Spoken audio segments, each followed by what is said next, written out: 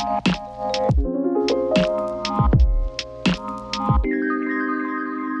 right, you guys, we are starting a new series today in the book of First Peter.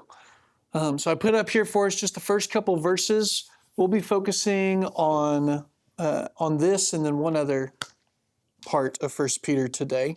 I'm going to go ahead and start by reading this off for us. First Peter 1 through 2, it says, Peter, an apostle of Jesus Christ, to those who are elect exiles in the dispersion in Pontus, Galatia, Cappadocia, Asia, and Bithynia, according to the foreknowledge of God the Father and the sanctification of the Spirit, for obedience to Jesus Christ and for sprinkling with his blood. May grace and peace be multiplied to you. So this is like when you read any letter. This is a letter written by Peter, the most famous of the 12 disciples that you might know, famously denied Jesus, jumped into the sea to swim up after Jesus after the resurrection, all those sorts of crazy things, cut off the guy's ear when Jesus was getting arrested. Real wild card. Now writing us letters of wisdom. Talk about a transformation. He is writing this letter to, when he talks about the dispersion in these places, he's writing to the Christians who are being persecuted in Asia Minor. It's what we would call modern day Turkey. Now, this part of the letter is kind of like when you start out any letter today with Dear So-and-so. It's really easy for us to just glance over this and want to dive right into what we view as the important stuff, the stuff that Peter really wants to get us talking about here. We do that with the introductions to the letters. We also do that with the closings of the letter. That's the other part I want us to look at here today. This is 1 Peter 5, 12 through 14. It's the last part of the letter. We'll look at the bookends here. By Silvanus. This is the guy who's writing for Peter. Peter's getting old. He has someone write this all down for him as he dictates it to him. By Silvanus, a faithful brother as I regard him, I have written briefly to you, exhorting and declaring that this is the true grace of God. Stand firm in it. She who is at Babylon, who is likewise chosen, sends you greetings, and so does Mark, my son. Greet one another with a kiss of love. Peace to all of you who are in Christ. Now, there's this mark of great literature where the opening line of a book mirrors the closing line of a book. And it really, you can identify the whole theme of the text through just the opening line and the closing line. One of the really famous ones is from the literary classic Moby Dick, the story of Captain Ahab hunting the whale. And it starts out with the phrase, "Call me Ishmael." And it's funny because it's not the main character who tells the story. Ishmael is he's the witness. He's the one giving the testimony to what happened. But it's really the story of Captain Ahab hunting Moby Dick, which is the whale. The story ends with the final line being, "And I alone live to tell you about this story." And it closes off of everyone else who's involved had passed away or died and all that stuff, and it's just Ishmael who survives to live on it and to tell you the story. Another famous one, Charles Dickens' A Tale of Two Cities. It was the best of times, it was the worst of times, right? That's the opening line. The lesser known closing line is this, it's the sentiment of, and this is the greatest thing that I had ever done for anyone throughout my life. And he's writing in the context of he's about to go to the guillotine to be killed in place of another, so that the other person can go and live on with their sweetheart. He's going to die in his place because they're essentially twins. They've switched places and that sort of thing. So he's willing to take the death sentence for the other man so he can live on in love. When you look at the opening line and the closing line of each of these literary works, what you see is kind of a theme revealed to us, a through line. In the story of Moby Dick, what's laid out here is the main character doesn't get mentioned in the first line, doesn't get mentioned in the last line. It's just the demise of that character. The vendetta of Captain Ahab leads to destruction. It's this theme of when you relentlessly obsess over something, it only leads to death and destruction.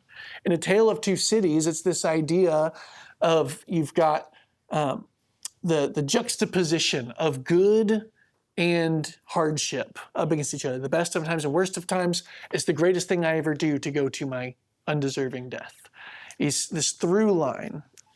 1 Peter, similarly, has a couple of through lines here that are encapsulated in the opening and closing lines here. So I want you guys to look here with me and see, there's not going to be exact words that are mirrored, but see if you can find a couple of concepts that are in both the opening and the closing line of 1 Peter. Cross out a couple of things here. We know it's not going to be the people that he's talking to here. He's just addressing that. It's not going to be his name. You could say it's peace. I'll go ahead and tell you it's not peace. Narrow it down for you guys. Sorry. It was a good one. It is. It is. I just made it. Focus in on how Peter refers to the people he's writing to. What does he call them? Exiles. Yes. Calls them exiles, and not only exiles, but elect or chosen exiles. Now, come down here to 1 Peter 5 and see if you can find the through line here. Yes, she who is at Babylon, famously where Israel went into exile. Now, Peter is not actually writing from Babylon because, if you know your history at all, by the time Peter is writing, we're talking about the Roman Empire. The Babylonian Empire is in the past. It's already fallen and disappeared. So Peter is calling his current position in Rome. He's saying Rome is Babylon. So he's referring to exile. And we see the through line here right next to it. Rather than using the word elect, he said, who is likewise chosen. This idea, this theme that comes across is the chosen exiles. This is who Peter addresses the letter to. Now, these are believers who are being persecuted and scattered throughout the Roman Empire at this time, throughout the known world. Primarily, these believers are not Jewish, but are Gentile.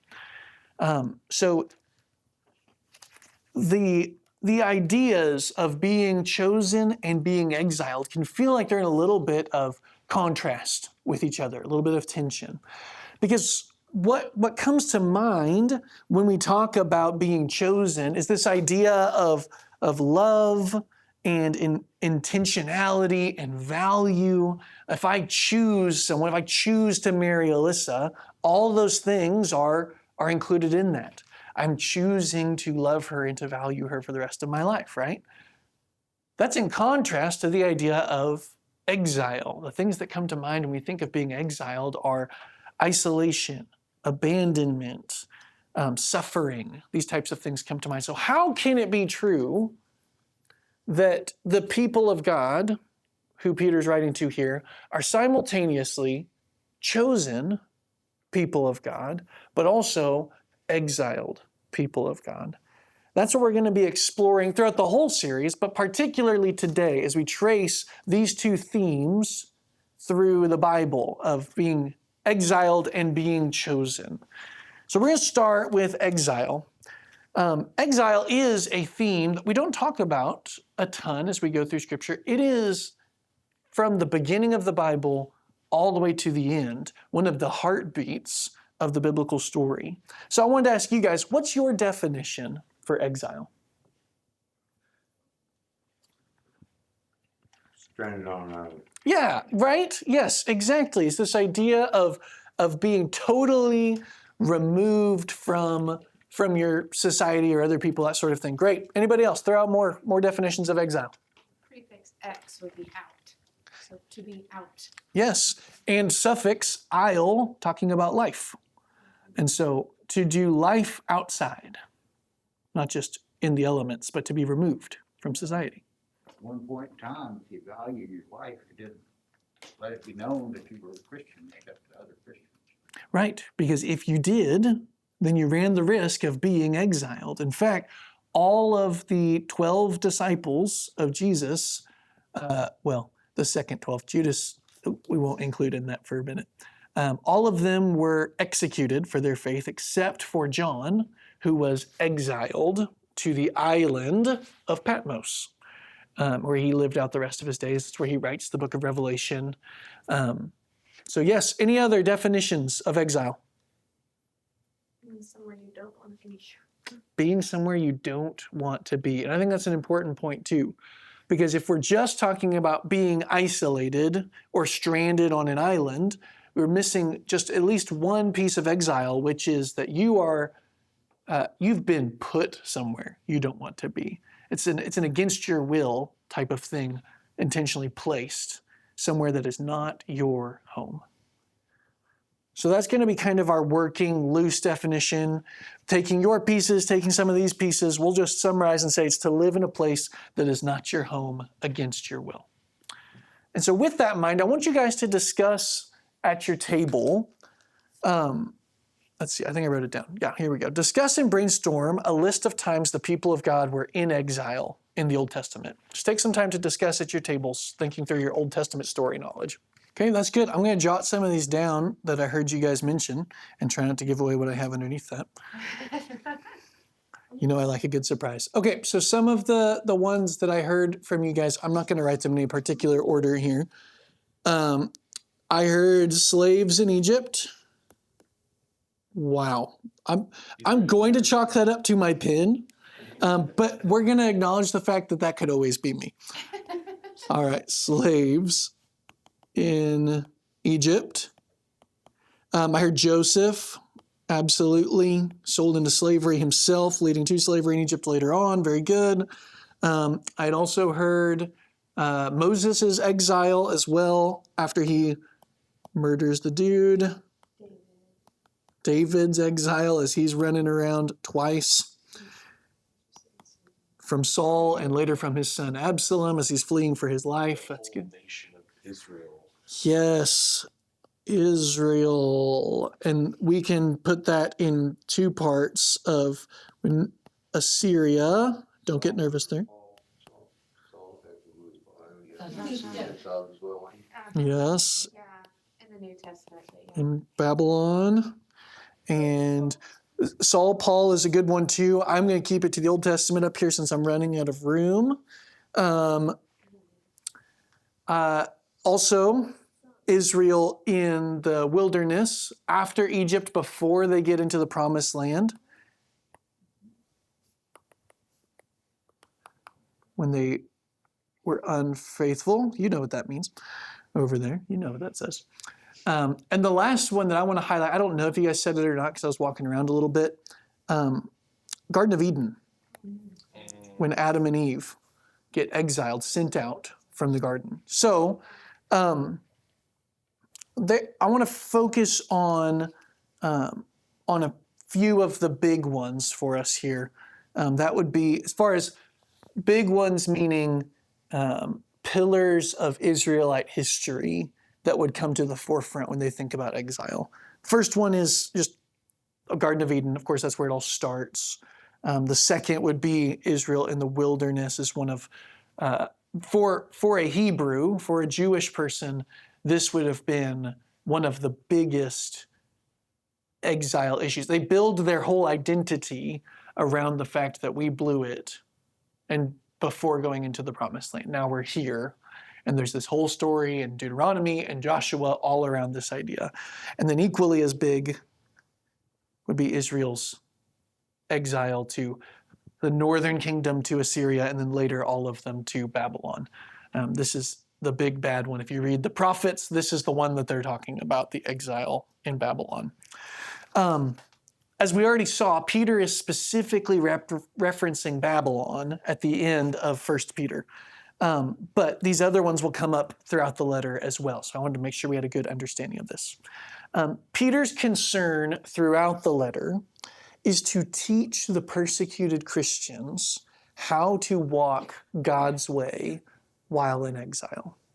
He's saying, you are here, you are in exile, now what do we do about it? And we'll draw some of those threads out because it's not an exile of the same kind that we're reading about here. Some of them live in the homes they've grown up in their entire life. They've not had to relocate. Some of them have because of the persecution. But he's saying you guys are exiles because this place is not your actual home as followers of Christ. We'll dangle that one here. Question for you guys. If we were conquered, just play the what if game. If we were conquered and exiled into an enemy nation, what types of responses would you expect to see from your neighbors? Let's just say that we get conquered by New Zealand, becomes a superpower, conquers the United States, and all of a sudden we're in the New Zealand Empire, and you get picked up and dropped over in Papua New Guinea or something, and now you're living in Papua New Guinea. What would you expect some of the different responses of your friends and neighbors would be to being exiled in a foreign country by a foreign nation power? Our neighbors from home, not our new neighbors. Correct, yes. Your fellow former Americans, yes. What did that guy do to you? Son over there. Where we're gonna be exiled to? Papua New Guinea. Let's put them right over there by, I would assume the New Zealand Empire started in Papua New Guinea since they were local. Do we get to keep our guns?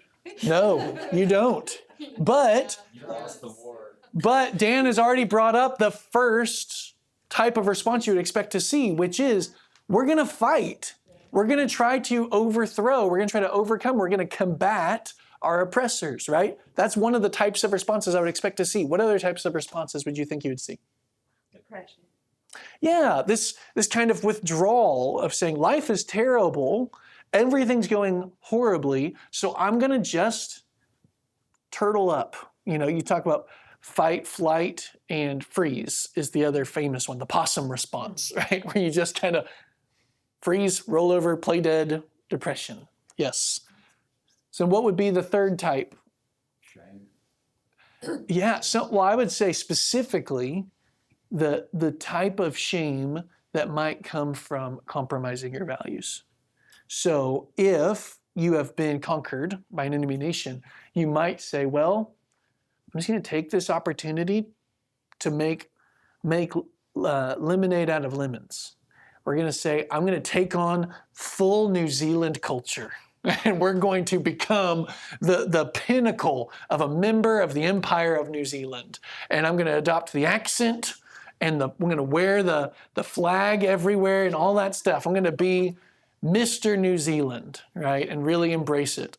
I picked a nation that I think is really fun to try to not demonize You anyone. do know that New Zealand's part of the British Empire. Yes, I'm just saying they got a little crossways with the rest of everybody. Yeah, it'd be really hard to not harbor resentment. Absolutely. Absolutely. So these types of response that we would see of maybe compromising your own values and integrity and identity by assimilating in, by being resentful and maybe even to the point of open rebellion, or being withdrawn and depressive, and these sorts of responses are all the types of categories you would expect to see. A very natural response of all of those to being exiled. Now, what Peter is about to lay out for us in the rest of this book, and he's already alluded to it by pointing to Babylon, is he's going to say God has a different plan for his people about how to walk through exile that's not any of those three categories. There's another way. And so what he's going to do is he actually is going to point back to past exiles. So I thought that since, I'm a millennial, I like memes. You have Peter here, and he's saying, is this your first time? And the other guy's bawling his eyes out. These are the persecuted Gentile Christians, and they're sobbing, both about to be hanged on the noose here. He said, oh, is this your first time being persecuted to the point of death? Tough. Peter's like, not only have I been here before personally, but the nation of Israel has been here for centuries. If you're wondering, this comes from the Ballad of Buster Scruggs. I have no idea what's in the rest of this movie, so don't take this as a ringing endorsement. This is called the Ballad of Buster Scruggs. But iconic scene in movies. So he's saying, no, this is not our first time. Let me show you how to walk through persecution. Peter's going to use his own personal experience of walking through persecution. He's going to use Jesus's story of walking through persecution. And he's going to use the Israelites' history of walking through exile.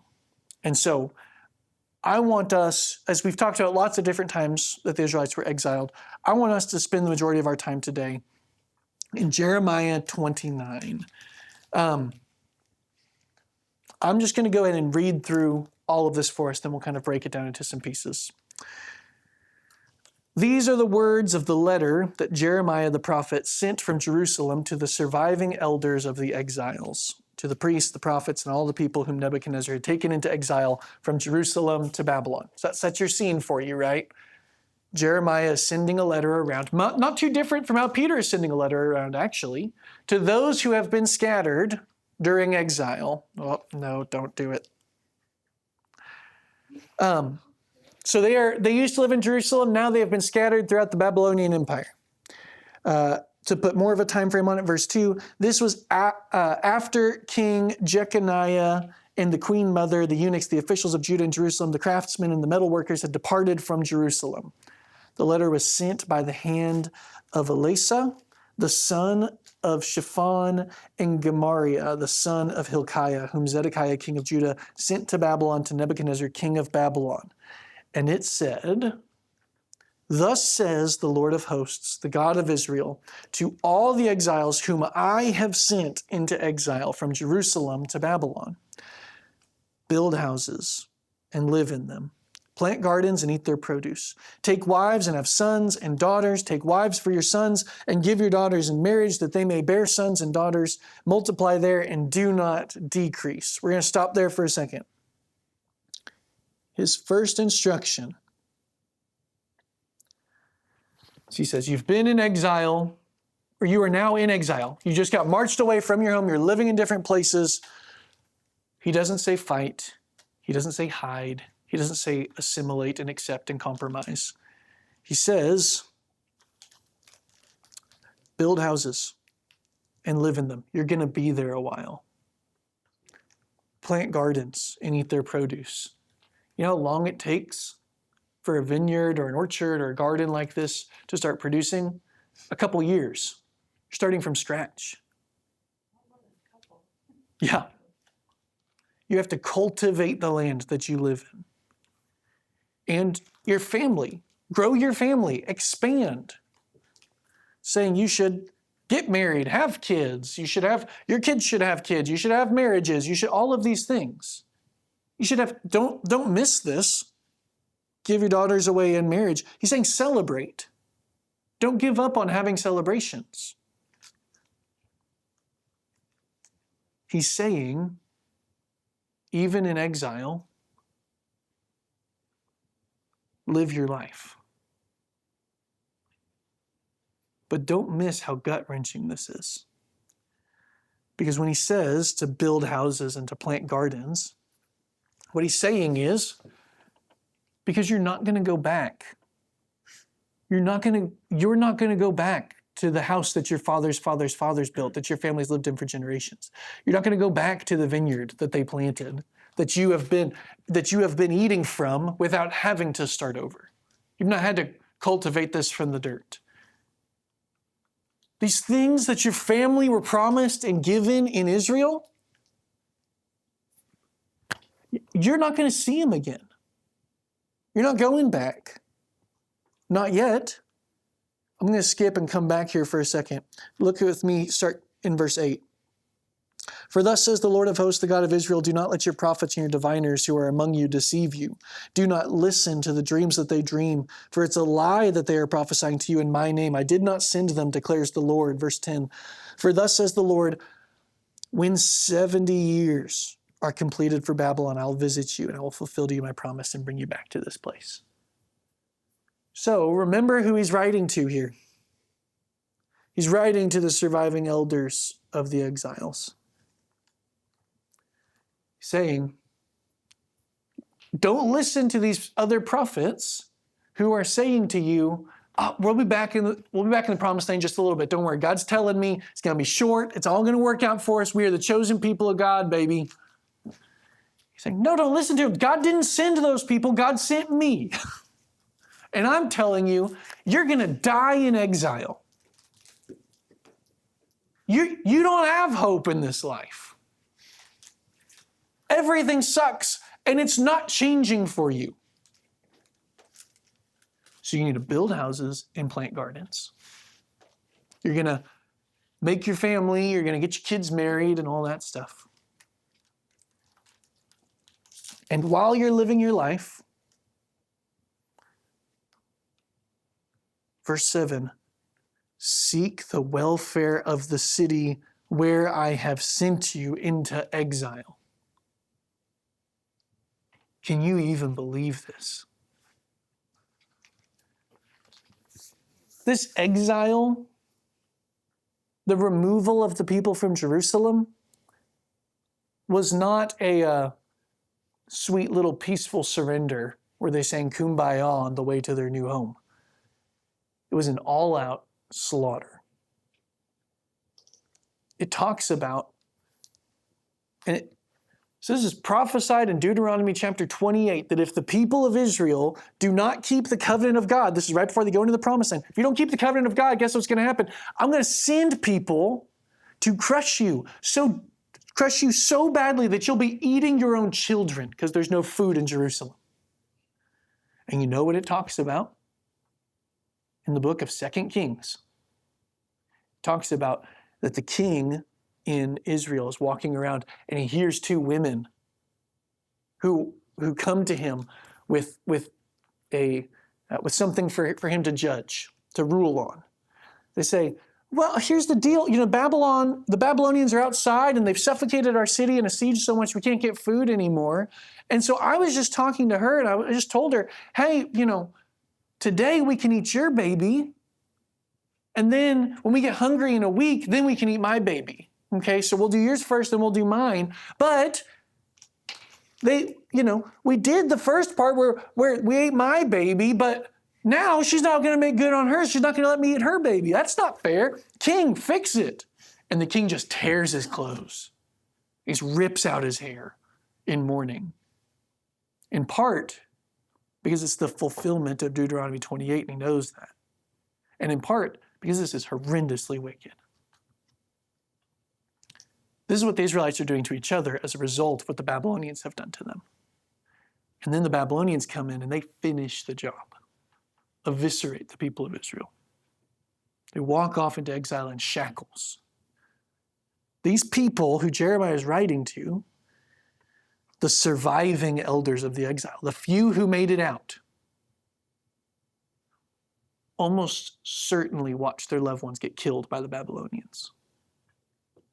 Now they're supposed to seek the welfare of the city to which I have sent you? And I'm supposed to pray to the Lord on its behalf? Are you joking me? By being the bigger man. Yeah, God, where is justice? I thought you were good. Exile is not good. It's terrible, and it's broken, and it's disgusting.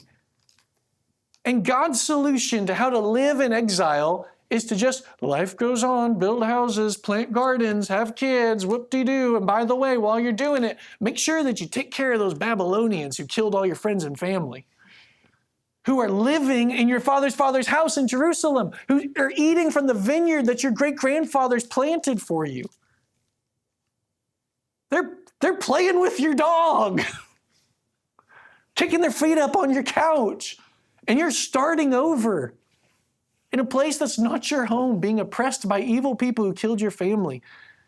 I'm supposed to work for their welfare. I'm supposed to pray for them.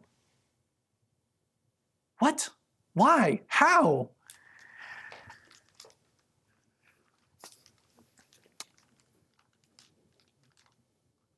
So he talks about in 70 years are complete for Babylon. I'll visit you and I'll fulfill to you my promise to bring you back to this place, to the promised land.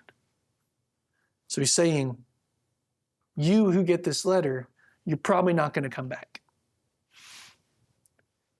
But your children might. Their children might. Verse 11, probably the best well-known verse from Jeremiah, and it takes on a bit of a different tone when we read it with the other verses. For I know the plans I have for you, declares the Lord. Plans for welfare and not for evil, to give you a future and a hope.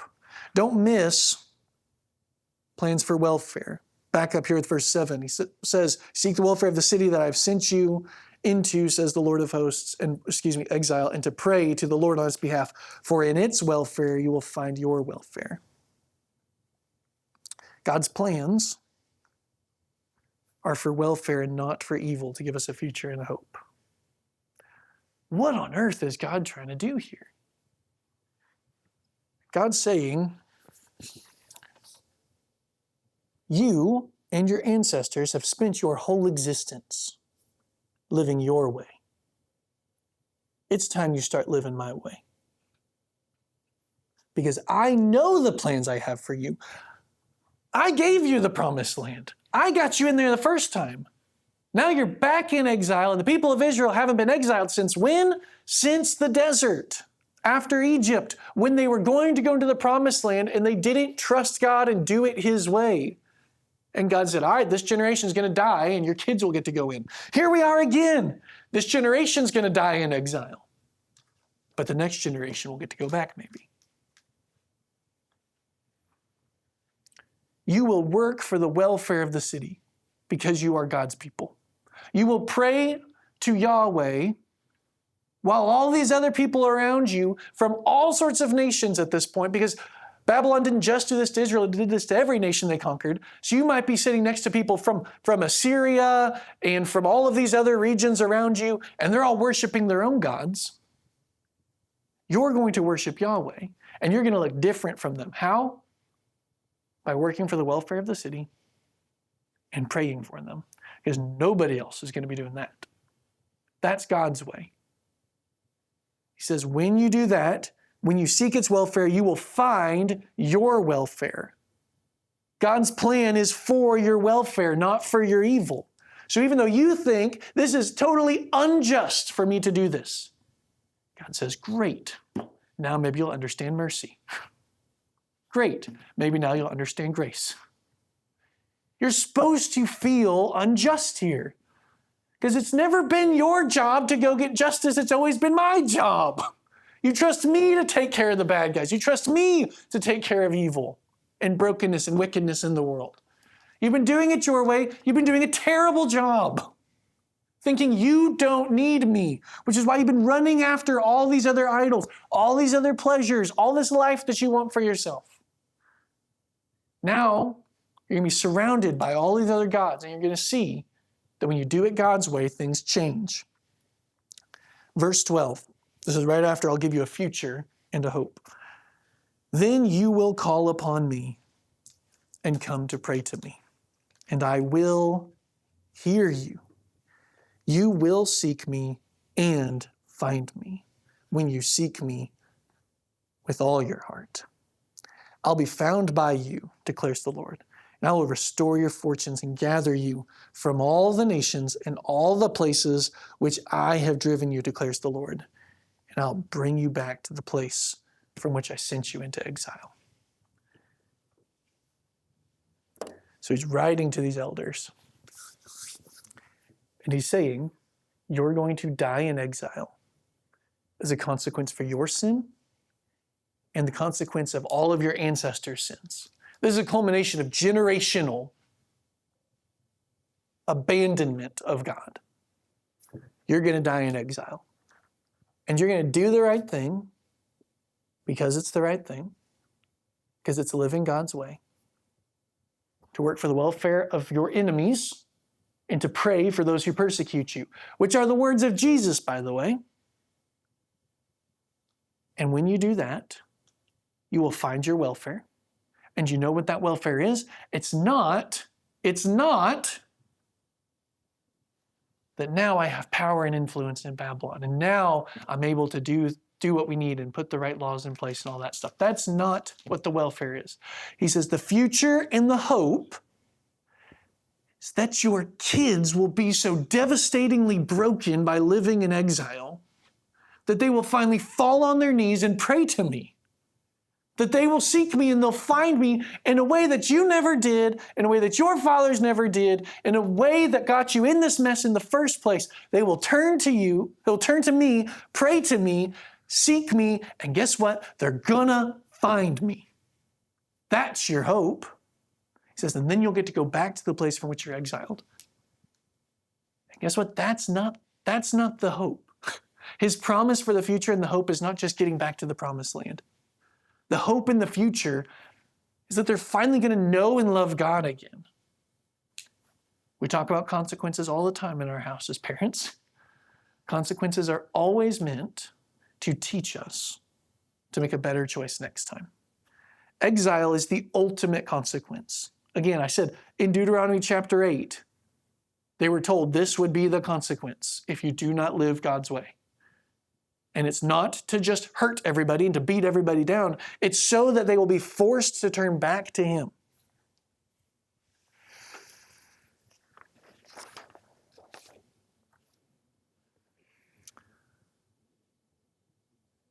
And so they must live like they're going to die in exile. And they're going to live for their kids. They're going to love God where they're at. They're going to worship Him. They're going to live His way in trust and obedience and know that every amount of that is not going to benefit them directly.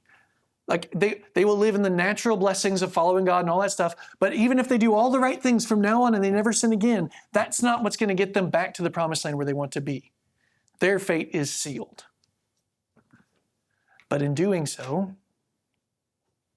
it might be the hope in the future for Israel. Nobody realizes how badly they need hope until they are hopeless. That's what exile brings out of humanity. Rock bottom hopelessness. And you say, I used to think that I could be my own hope, that I could make my own way, and that I could be my own answers. I'm capable, I'm smart, I can figure this out.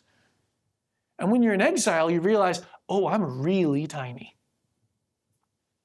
And our whole nation just got the whoop up put on them by Babylon. I can't trust in myself, in my king, in my government, in the walls of Jerusalem. I can only trust in God. There's only one place left to go. Peter saw things clearly. He saw that back in 1 Peter 5, that he calls where he's living in Rome, he calls this Babylon. This is not Babylon, it's Rome. This is the way that the prophets often used the name of Babylon. Even long after Babylon is gone and all that stuff, that Babylon becomes this archetype, this shortcut, shorthand for talking about a wicked and evil nation. And so Peter is sitting here writing from Rome, and he said, she, which is the church who is at Babylon, who is also chosen like you, sends you greetings. Peter recognizes that Rome is Babylon. But don't be fooled. Today, we still have Babylon. China is Babylon. Russia is Babylon. Iran is Babylon. The United Kingdom is Babylon. New Zealand is Babylon. America is Babylon. You can be proud to be an American. I'm not saying that you shouldn't be proud to be an American. But if you don't see that America is also Babylon, then you will be worshiping all the gods of Babylon just as easily as the Israelites did. They'll fall into idolatry just like them. The gods of Babylonian America: capitalism, individualism, democracy, technology, beauty, youthfulness, influence, fame, comfort, and even freedom can all become idols of the Babylon in which we live as exiles. The hottest issues today that dominate the news cycle and all of the talking head opinionated people who yell at each other are all discussed in the temples to these Babylonian idols. If it's gun control, it's worshipped in the Freedom Temple. If it's abortion, it's worshipped in the Individualism Temple. If it's foreign aid policy, it's in the Democracy Temple. If it's immigration, it's in the Capitalism Temple. Commercials, anytime that you didn't pay for the premium subscription and you get those commercials, they're all worship songs to the gods of youth and beauty and influence and comfort. They're telling you, hey, real luxury is driving a Lincoln, If you're really somebody, you drive a Lincoln. Or it's all of the cosmetics commercials. It's all of the weight loss commercials. It's all of you can look young and fit and healthy and all these things forever. We're never going to die. All of these things are the gods that we as Americans worship. We set them up on a pedestal as the standard. I have had numerous conversations with people of all ages who will lay out to me that the purpose of their life is to get the right job, the right salary, the right house, the right retirement, so that they can get the right medical treatments and live in the good home and the good nursing home and to lengthen out their days in comfort and all of those things, and that's the meaning of life. To which I say, that's so sad. Not because that doesn't sound enjoyable, but because then you die. And when you die, what do you have left of any of those things? Nothing. It's all gone.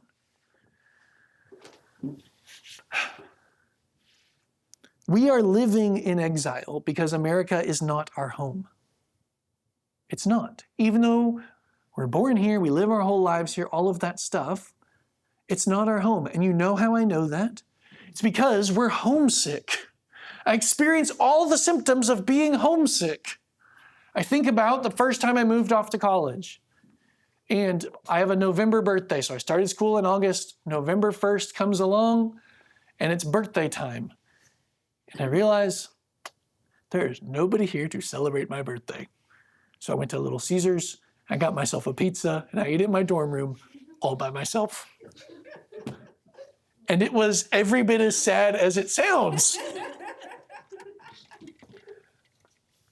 And I was homesick. I am a people person. I loved college and all of it was awesome. And in that moment, all I wanted was to be with family. All I wanted was to have my bed to sleep with and not have my roommate there. I just wanted the comforts and the familiarity of home. But I didn't. And so I felt lonely and I felt isolated. I felt sad. I felt on edge. I felt all of those things that we feel constantly through life. Anytime that there's a death in the family and you go through grief, right? Anytime that you lose a job and you feel panic about, oh my gosh, how am I going to provide? Anytime that you watch the news and you see some horrible injustice that's done, and you say, it just can't be that way. All of those are symptoms of homesickness. We are not made to live in a world that has been fundamentally altered by sin. That's not how God designed us to live. This is not the home that God made for us. The home was the Garden of Eden that we got exiled from. Why did we get exiled? The same reason the Israelites got exiled, both times. So that we would turn to God and recognize that we need Him. Because when Adam and Eve rebelled in the garden, they said, I don't need God. I can become like God by eating this. I don't need Him. When the Israelites are on the edge of the promised land, they go in and they see the giants, they're like, ugh, I don't really need the promised land. That seems risky. We can just go back to Egypt. When they are worshiping other gods before the Babylonians come to exile them, they're saying, we don't really need God. We've got everything we need. Walls, kings, armies. We're good.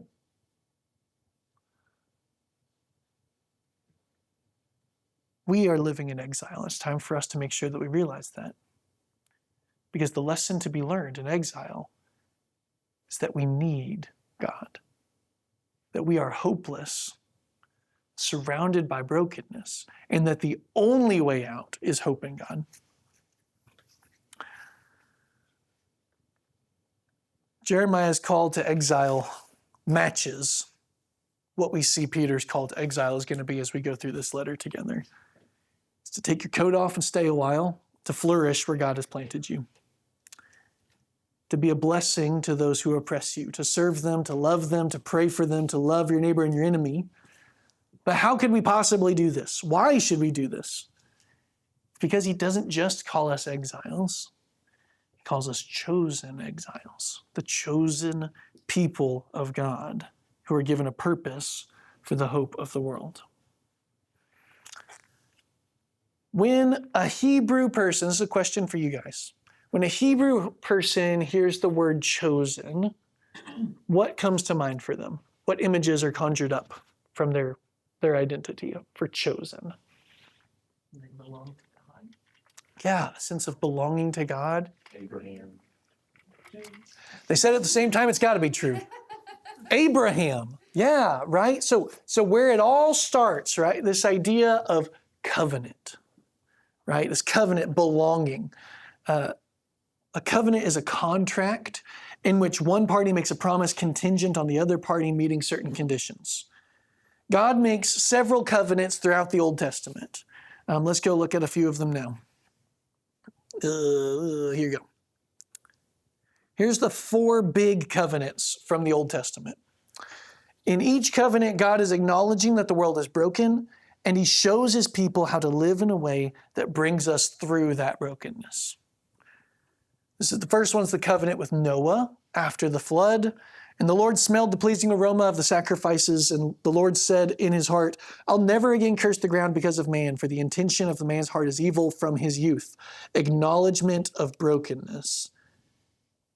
The intention of a man's heart is evil from his youth.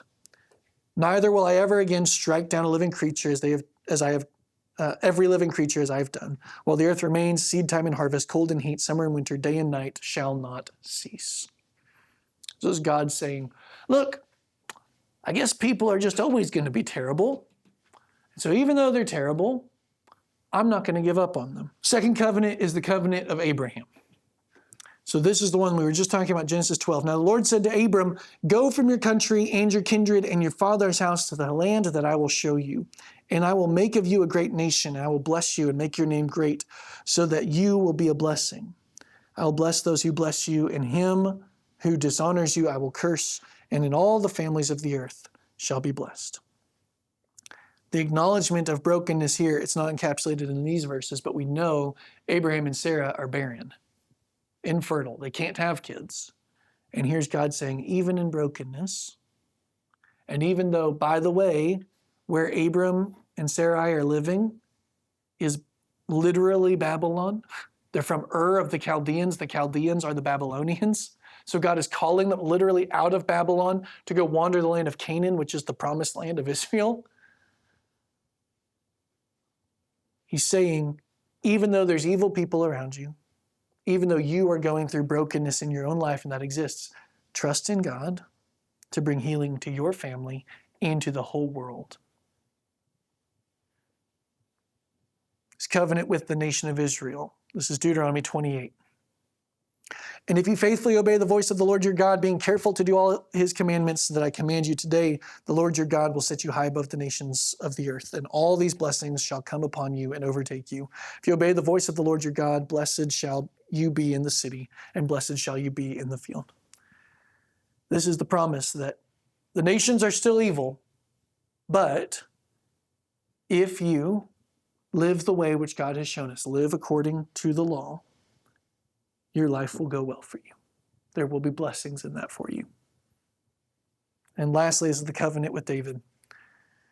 When your days are fulfilled and you lie down with your fathers, I will raise up your offspring after you. Who shall come from your body, and I will establish his kingdom. He shall build a house for my name, and I will establish the throne of his kingdom forever. I will be to him a father, and he shall be to me a son. When he commits iniquity or sin, I will discipline him with the rod of men and the stripes of the Son of Men, but my steadfast love will not depart from him, as I took it from Saul, whom I put away from before you. It's the acknowledgement that kings, rulers, can also be evil.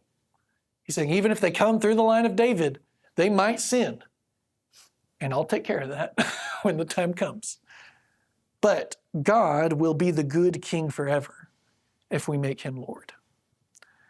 So in all of these, you have an acknowledgement of brokenness, of evil in life. You also have the instruction of how to move forward through that. That God's not going to give up on broken humanity. That God's going to bring healing to broken families as long as they trust him. So don't give up on God. Trust in God. Obey God's laws. Make God the Lord of your life. Make him the king of your life. For a Hebrew, to be chosen is both your identity and your hope. Peter is extending this to the Gentiles now as well, welcoming them into the family. All of these covenants have an immediate source of hope, life and family and land and legacy.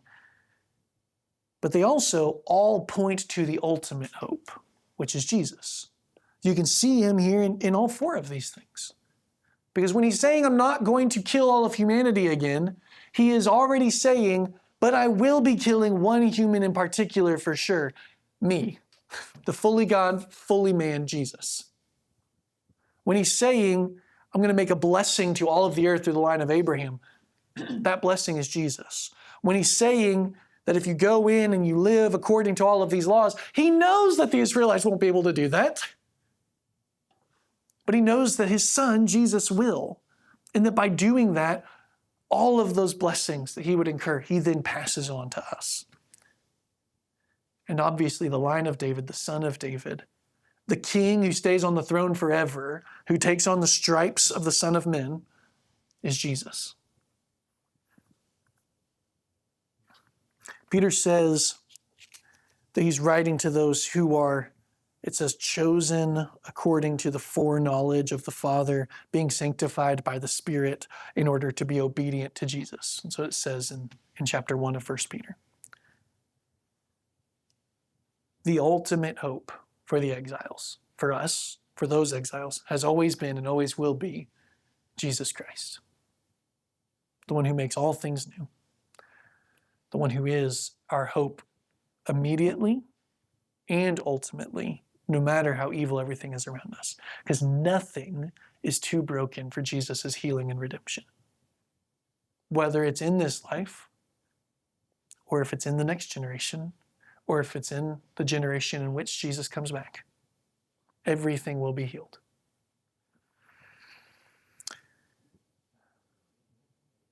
So, Peter's going to walk us through the how the chosen people of God can walk through exile.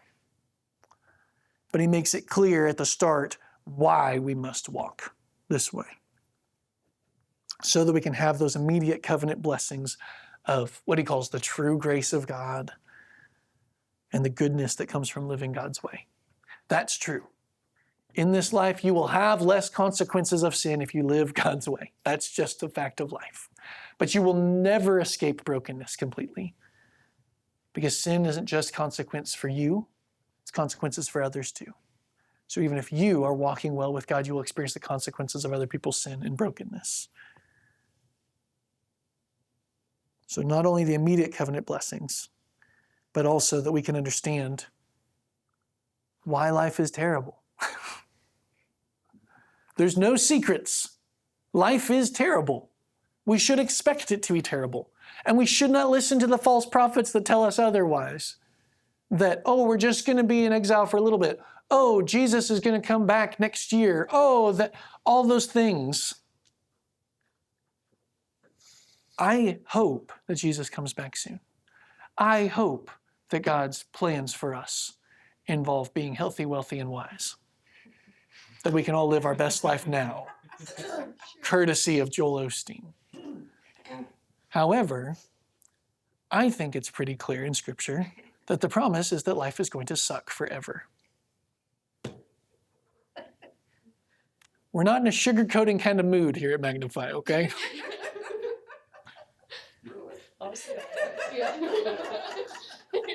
Alternative titles for the First Peter series included Life in the Suck, but didn't look as good on the graphic. So we went with Chosen Exiles. Marine Corps saying, Is it? Living in the suck. embrace. Life is terrible because we are not home yet. Because we are homesick. Because we yearn for what we were made to yearn for. The beauty of the goodness of being close with God. You will find it when you seek him. It's the promise of Jeremiah. It's the promise of Peter. That when you seek him, you will find him. And that when you find him, you will get moments where heaven and earth intersect. And you get a glimpse of what it's like. We strive to have those moments as a church when we're together. I think we have those moments even in things like Lord's Supper, or when the Holy Spirit moves in a miraculous way in your life, and all of these things. When someone's life turns around radically and they go from radical death to radical life, you see the beauty that comes when heaven and earth intersect. And it's just the promise that one day that intersection is going to be everywhere, all the time, and never going to be undone. That's what we yearn for. So we need to stop thinking that it's going to get better in our lifetime. It will if Jesus comes back, but if he tarries, as my grandmother liked to say, if he tarries, let's work for the welfare of the city. Let's pray for our enemies.